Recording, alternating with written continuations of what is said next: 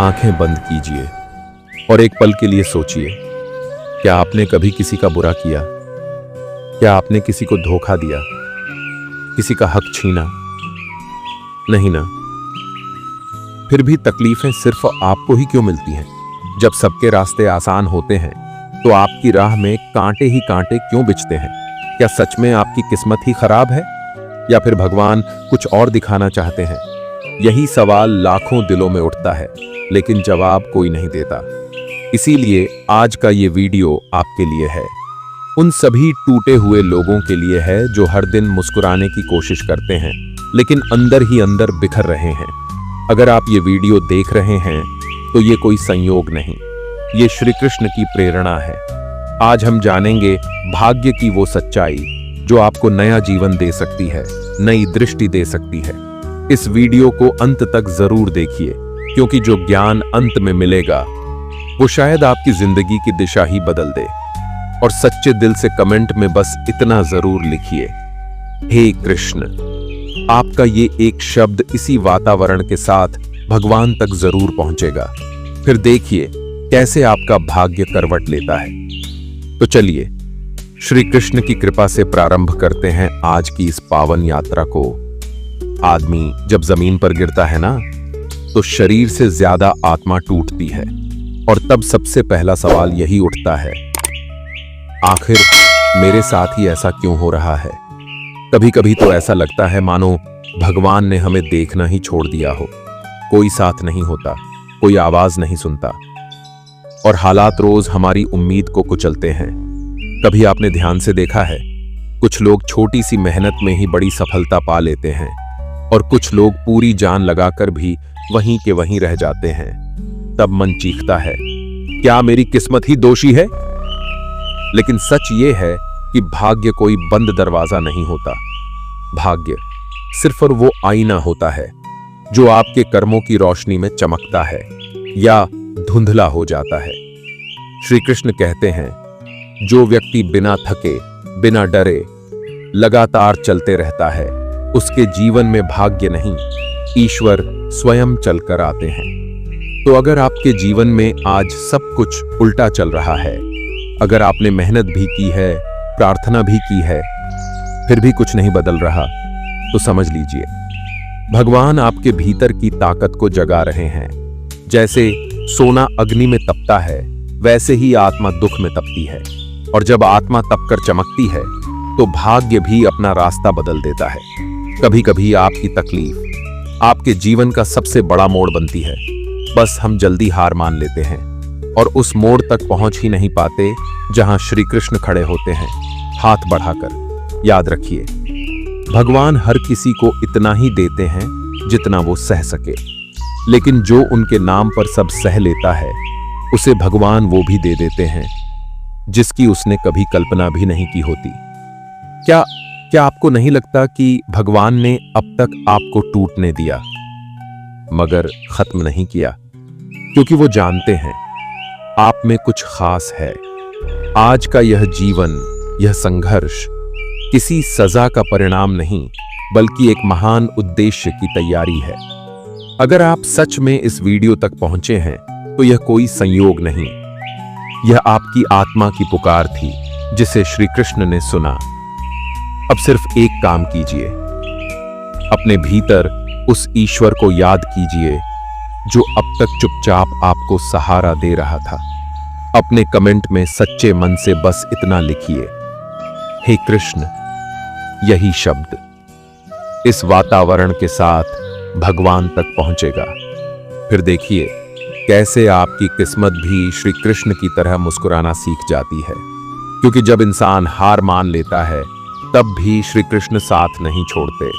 वो तब तक साथ रहते हैं जब तक आप अपनी मंजिल तक ना पहुंच जाएं। तो जब अगली बार कोई पूछे तेरे साथ ही ऐसा क्यों होता है, तो मुस्कुरा कर कहना, क्योंकि मेरे साथ श्री कृष्ण हैं और वो मुझे साधारण नहीं, अद्भुत बनाना चाहते हैं। तो अब सवाल ये नहीं है कि मेरे साथ ऐसा क्यों हो रहा है, सवाल ये है कि जो हो रहा है उससे मुझे क्या सीखना है। क्योंकि श्री कृष्ण सिर्फ फल नहीं देते, वो दृष्टि देते हैं। जिससे आप उस अंधेरे में भी वो रोशनी देख पाते हैं जो किसी और को नजर नहीं आती। कई बार आप जिस राह को कठिन मानते हैं, वो रास्ता दरअसल आपको आपकी असली पहचान तक ले जा रहा होता है। क्योंकि भाग्य तब टूटता है जब आत्मा केवल सांसों से जी रही हो, पर जब आत्मा सत्य से जीने लगती है तो भाग्य खुद नतमस्तक हो जाता है। श्री कृष्ण कहते हैं, जो मनुष्य स्वयं को कर्म में लीन कर देता है और फल की चिंता छोड़ देता है, उसका भाग्य समय से पहले भी बदल सकता है। अब एक बार सोचिए, क्या जो आपके साथ हुआ वो यूं ही था? वो सब तो बस भूमिका थी ईश्वर के उस अध्याय की जिसमें आपको बनाया जाना था। एक शांत योद्धा, शांत बाहर से, पर भीतर से वो आत्मा जो ठोकरें खाकर भी चलना नहीं छोड़ती। हर रात जब आप तकिए पर सिर रखते हैं तो केवल थकान नहीं, एक सवाल भी साथ होता है, कब मिलेगा मुझे भी सुकून, कब बदलेगी ये जिंदगी? उत्तर तब आता है जब आप उसे पुकारते हैं, हे कृष्ण, अब और नहीं सह सकता, अब तुम्हारे भरोसे ही चलूंगा। बस यही क्षण आपके भाग्य के काले पन्ने से उजाले की पहली लकीर खींचता है। क्योंकि भगवान तब तक कुछ नहीं करते जब तक हम खुद उनके आगे न झुक जाएं। जब आत्मा स्वयं कहती है, हे कृष्ण, मैं हार चुका, अब तेरे चरणों में ही शांति है, तब भाग्य चुपचाप बदलना शुरू करता है। और यहीं से जीवन में वो चमत्कार होते हैं जिन्हें दुनिया संयोग कहती है, लेकिन आप जानते हैं वो प्रभु की योजना थी। तो अब जब भी दुख आए उसे कोसिए मत, उसे समझिए, क्योंकि वो दुख आपका दुश्मन नहीं, आपका आध्यात्मिक शिक्षक है।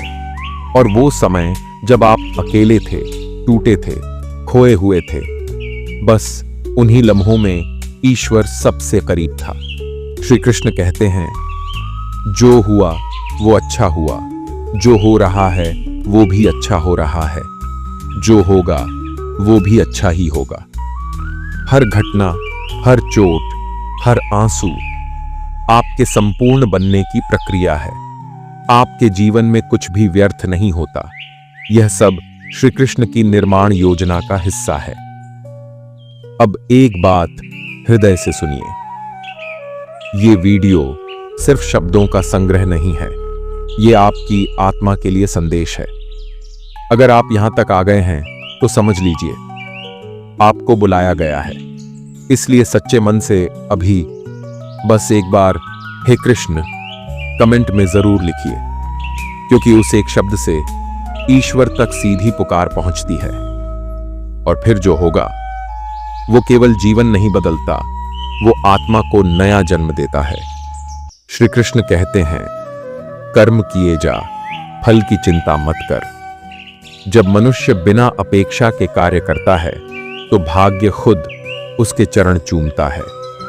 इसलिए जब भी जीवन थकाने लगे तो खुद से कहो, मैं कर्म करूंगा, क्योंकि मेरे कर्मों का लेखा भगवान के पास है, दुनिया के पास नहीं। कभी कभी इंसान दुनिया से कुछ नहीं चाहता, बस एक चीज चाहता है, सम्मान। और जब वो सम्मान भी छीन लिया जाए तो मनुष्य जिद पर उतर आता है। ऐसी ही एक जिद थी, कर्ण की जिद, एक सूर्यपुत्र जिसे लोग सूतपुत्र कहकर तिरस्कृत करते रहे, जिसने धनुर्विद्या अर्जुन से पहले सीखी, पर गुरु ने उसे शाप दे दिया क्योंकि वो क्षत्रिय नहीं था, जिसने सारी उम्र अर्जुन से बेहतर होकर भी सिर्फ जाति के नाम पर अपमान सहा। श्री कृष्ण जानते थे कर्ण महान है, लेकिन जिद्दी भी। महाभारत के युद्ध से पहले श्री कृष्ण स्वयं उसके पास गए, उसे सच बताया कि तू पांडव है, कुंती का पुत्र, राजा बनने का अधिकार तुझे है। कर्ण सुनता रहा चुपचाप, फिर मुस्कुराया और कहा, मुझे राज्य नहीं चाहिए कृष्ण, मुझे सम्मान चाहिए। वो जो पूरी उम्र मुझसे छीना गया, जो हर बार अर्जुन को मिला। अगर मैं अब पांडव बन गया तो ये दुनिया कहेगी, देखो कर्ण भी डर गया। मैं हारना मंजूर करूंगा, पर खुद से भागना नहीं। श्री कृष्ण कुछ क्षण मौन रहे, फिर बोले, तू जानता है कर्ण, तुझे मृत्यु मिलने वाली है, फिर भी अधर्म के साथ खड़ा है। कर्ण ने देखा कृष्ण की आंखों में और कहा, क्योंकि मैंने वचन दिया है और मेरा वचन मेरे जीवन से भी बड़ा है। मुझे अर्जुन से नहीं लड़ना, मुझे उस व्यवस्था से लड़ना है जिसने मुझे कभी खुद को साबित करने का मौका ही नहीं दिया।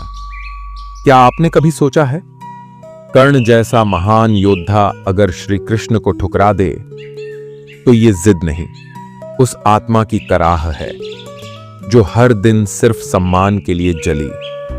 हर किसी के भीतर एक कर्ण होता है जो अपनी पहचान के लिए लड़ता है, जो लोगों के तानों से घायल होकर भी मुस्कुराता है, और फिर जब दुनिया कहती है तू नहीं कर सकता तो वो जिद पर उतर आता है, अब करके दिखाऊंगा। श्री कृष्ण ने कहा, तू अधर्म के पक्ष में खड़ा है कर्ण, तेरा अंत निश्चित है। कर्ण ने उत्तर दिया, अगर मैं धर्म के साथ खड़ा होता तो मुझे दानवीर कर्ण कौन कहता। मैं वो बनना चाहता हूं जिसे युगों तक याद रखा जाए। और सच में युद्ध में कर्ण मारा गया, लेकिन आज भी लोग अर्जुन से पहले कर्ण को याद करते हैं, क्योंकि जीतने वाला योद्धा हो सकता है लेकिन अपने सिद्धांतों पर जीने वाला महायोद्धा होता है। तो अगली बार जब कोई आपको तोड़ने की कोशिश करे, जब कोई कहे कि आप कुछ नहीं कर सकते, तब याद रखना, दानवीर कर्ण भी अकेला था, पर युगों से सबसे ऊंचा है, क्योंकि उसने श्री कृष्ण को भी नम्रता से मना कर दिया, लेकिन अपने आत्मसम्मान से कभी समझौता नहीं किया। मित्रों, कर्ण की कथा केवल इतिहास नहीं है, वो हर उस इंसान का आईना है जो अपनी मेहनत से ऊपर उठना चाहता है, पर बार बार समाज के ठप्पों से कुचला जाता है। अगर आज आप भी जीवन में संघर्ष कर रहे हैं, अगर दुनिया बार बार आपको यह जताती है कि तुम कुछ नहीं, तो बस एक बार कर्ण की तरह भीतर से आवाज दो, मैं हार मानने नहीं आया, मैं इतिहास रचने आया हूं। अगर कर्ण की ये जिद, ये त्याग और ये आत्मसम्मान आपके दिल को छू गया हो, तो आज कमेंट में बस श्रद्धा से लिखिए, मैं भी कर्ण की तरह अपने आत्मसम्मान के लिए खड़ा हूं। और यदि आपको ये कथा सार्थक लगी हो तो इस दिव्य प्रेरणा को अपने मित्रों तक जरूर पहुंचाएं, शेयर करें, क्योंकि कर्ण की कथा हर उस आत्मा तक पहुंचनी चाहिए जो खुद को अकेला समझती है। अब हम मिलेंगे फिर एक नई कथा में, श्री कृष्ण की कृपा से, जहां हर शब्द आपको खुद से जोड़ देगा। तब तक याद रखिए, सम्मान भले देर से मिले, लेकिन जो उसे अपनी सच्चाई से कमाता है वो युगों तक अमर हो जाता है। जय श्री कृष्ण।